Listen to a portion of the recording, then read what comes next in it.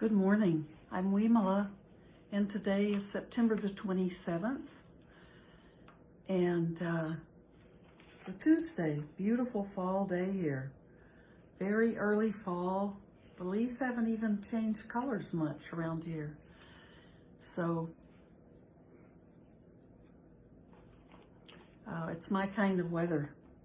So we are still reading from Sharon Salzberg's book, A Heart as Wide as the World.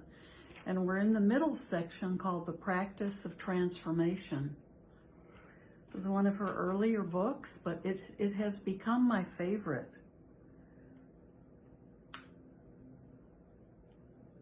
So let's see. I love all of her essays in this book. They're shorter essays. I'm just going to pick one thing only. It's from the Practice of Transformation section. One thing only. A friend of mine once had to explain to her 4-year-old son, whoops, probably have to make a change here, sorry.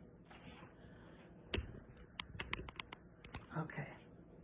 A friend of mine once had to explain to her 4-year-old son that the woman who had been providing child care for him since he was born was going to move away.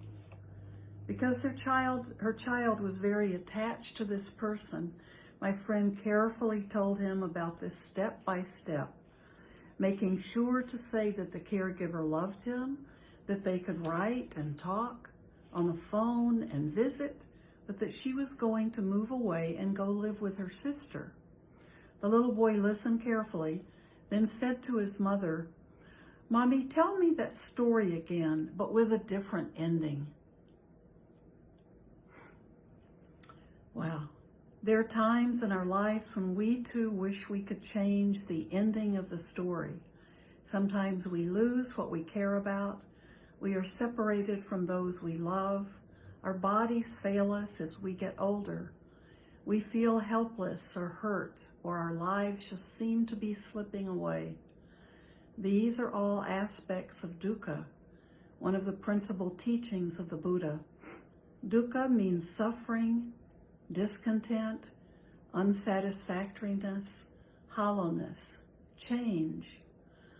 The Buddha said, "I teach one thing and one thing only, suffering and the end of suffering."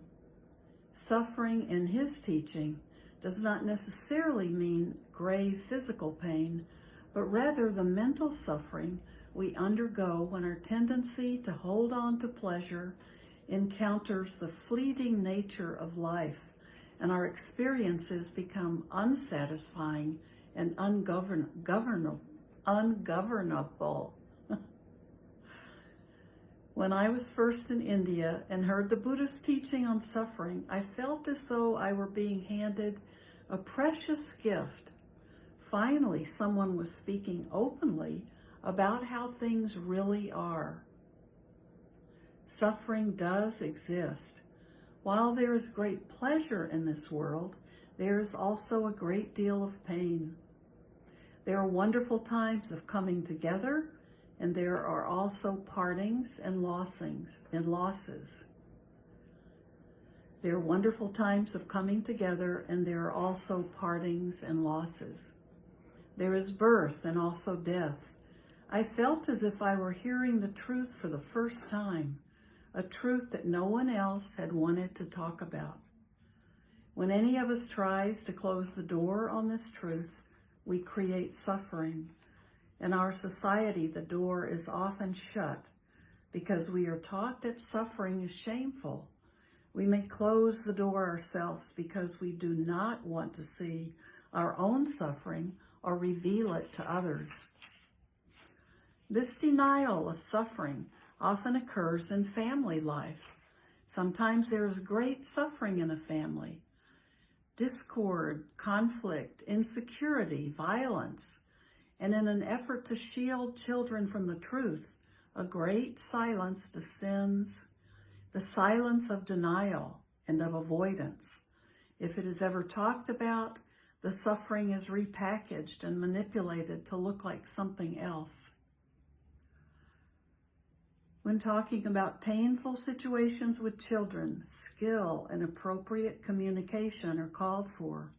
Yet it is often the case that they are already well aware of what is actually going on. Without external affirmation of what a child feels to be true, a split arises within, a conflict between what the child is told and what the child knows intuitively. Children learn not to trust themselves, let alone trust their parents. Because of patterns like this, acknowledging the truth of suffering is an enormous liberation for all involved. But the Buddha did not just teach suffering, he taught the end of suffering. A friend of mine, upon hearing the Buddha's famous statement about teaching one thing only, commented, "Suffering and the end of suffering are two things, not one thing. From that point of view, they are clearly two. Either we are suffering or we are free. We know the difference in our bodies and our hearts and the marrow of our bones. However, when we look deeper into this teaching, we begin to unfold its integrity. For in any experience, even a painful one, we can find the end of suffering right in the heart of that moment. Yet when we are face to face with suffering and can't change the end of the story, then how does suffering end? This is one of the most difficult situations we can encounter in our lives. We begin by not denying the pain, by acknowledging the truth of suffering. We do not become resigned to it or apathetic. We look at the suffering and discover the immense capacity of our hearts to include all aspects of life in our awareness. When we experience this immensity of heart, we recognize that it is not actually the pain itself that is unnatural and cruel, but the loneliness of feeling alone in the pain. When we open ourselves to this fully, it becomes possible to touch an essential truth about life itself. Suffering of one kind or another is a natural part of existence. Knowing this truth gives our lives a wholeness and peace, as it frees us from the exhausting postures of pretense and denial. Sometimes when we open to suffering and see the root of it, we also see the actions we might take to ease the suffering. For instance, my friend's young son suffered much less because of his mother's care and support.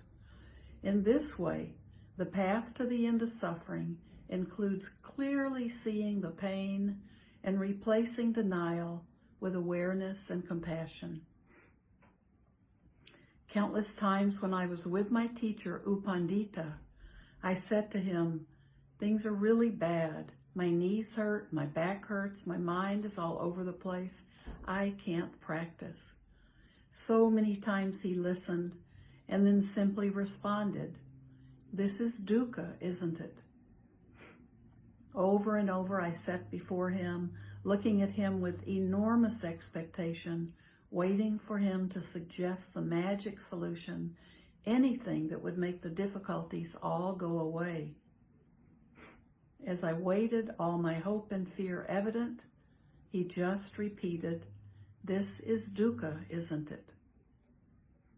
While disappointing at first, U Pandita's response eventually became very liberating. Nothing I could do or change was going to compare to the power and freedom of first open-heartedly recognizing this is dukkha. Essentially, U Pandita's words led me to the understanding that my difficulties weren't just a personal drama, but an opening into an aspect of life. Suffering must be seen and acknowledged, not for the sake of immersing in it or getting lost in it, but in order to be more fully open to the truth and to all beings. There are times when we cannot change the end of the story and make all the suffering go away. But the end naturally changes as we relate to the truth before us with awareness and compassion. This is the one teaching of the Buddha. The truth of suffering is also the path to the end of suffering.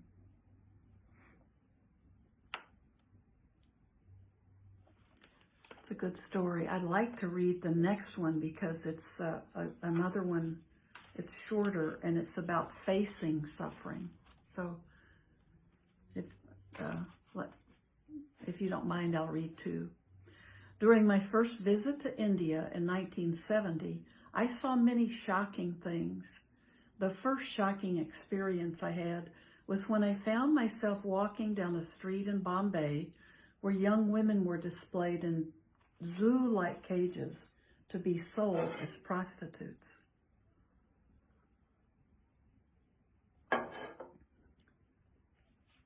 Many of them were children who had been sold by their relatives to the criminal organizations who control the sex trade in India, so that the children's families would not starve.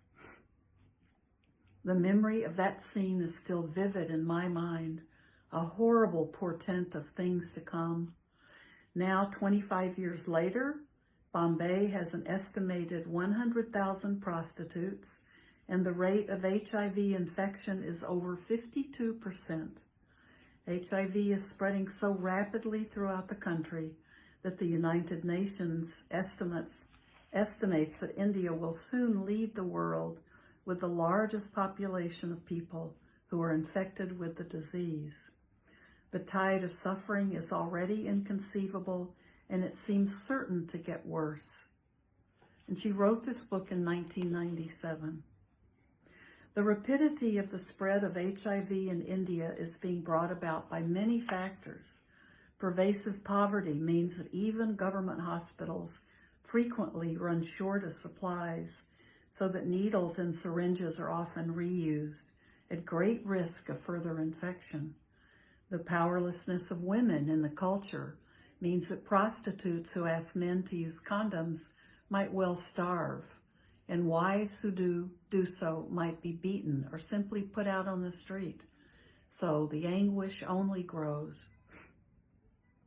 One of the primary conditions for the growth of suffering in India or anywhere else is denial. Shutting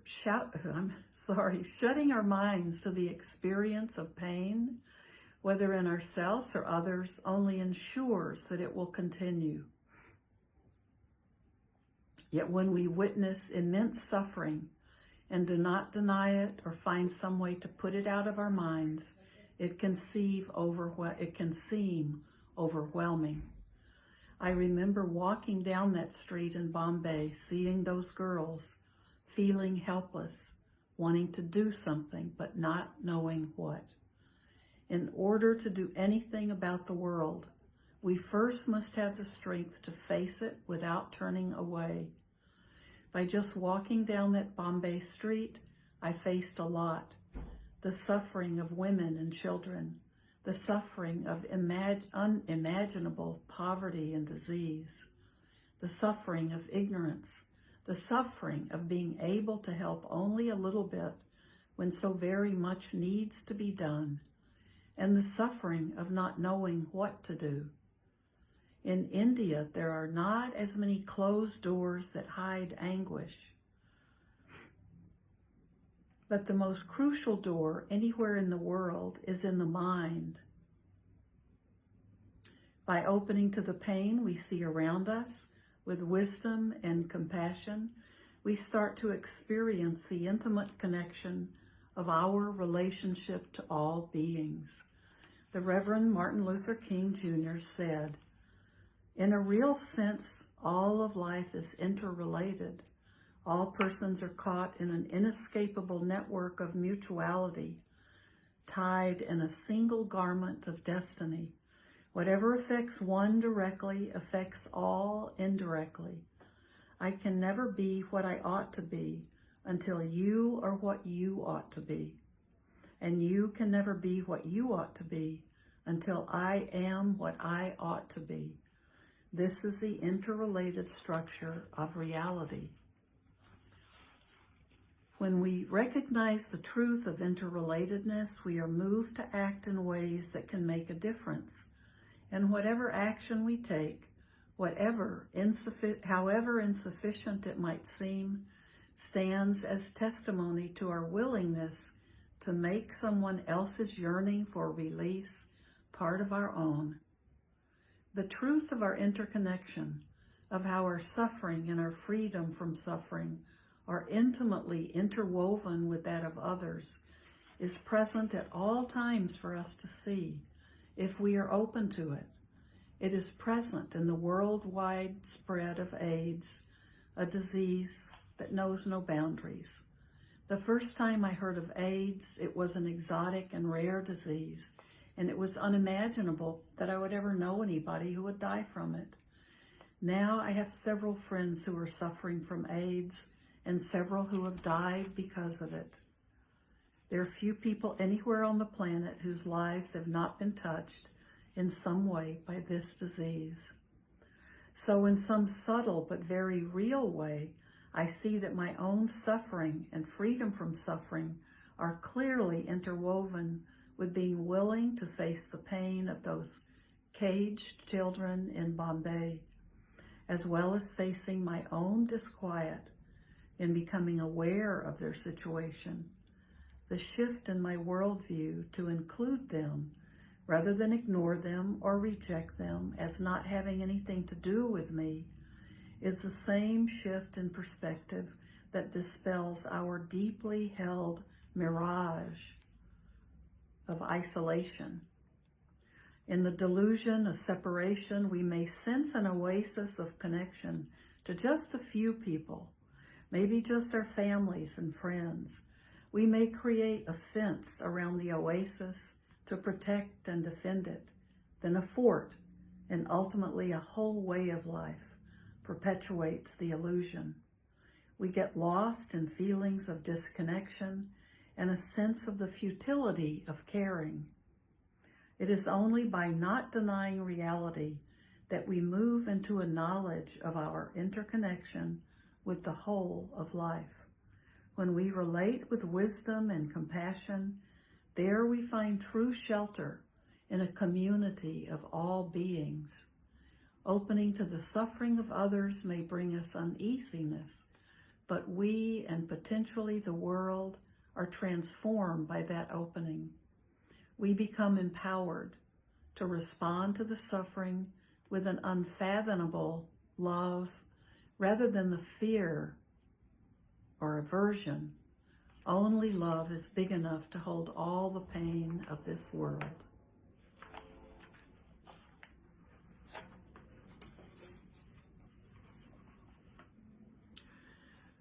So why don't we just sit together and let's just sit silently. That's a very powerful essay that we just read.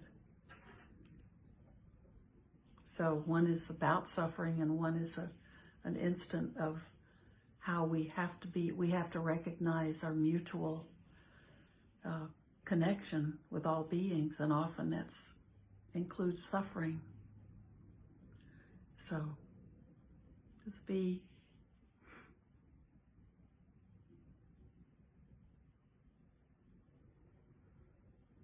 in your posture so your back feels straight and you feel upright. The body knows you're moving into just a quiet state.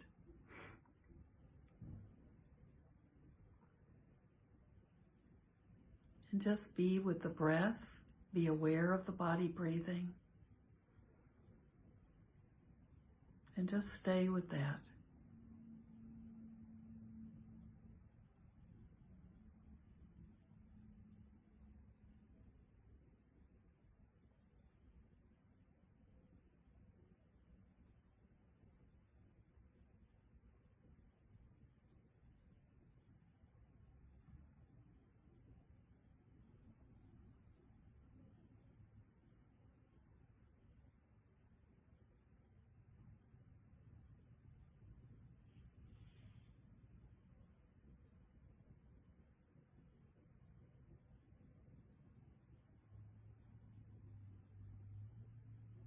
Keep coming back to the breath whenever you become distracted.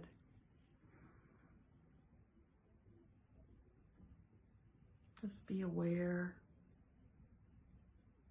of the present moment.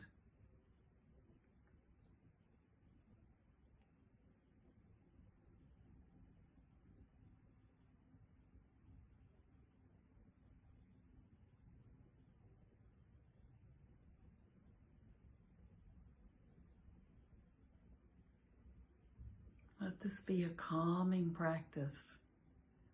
Wherever you are, whatever you're doing, coming back to your breath.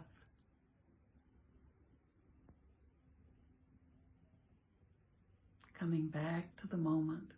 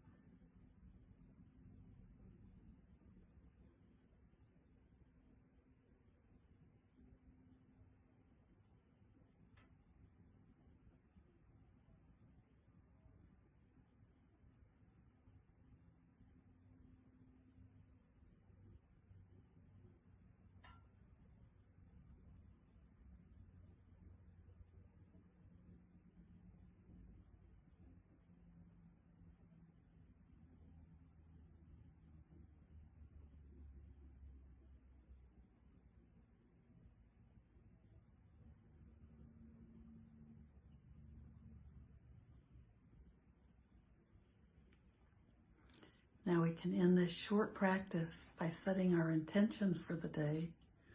May everything that I do and say and think today be done not only for my own benefit, but for the benefit of all living beings, human beings, non-human beings.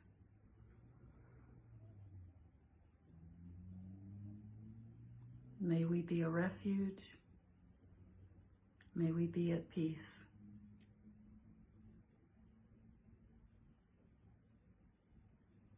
Thank you. I'll see you again Thursday.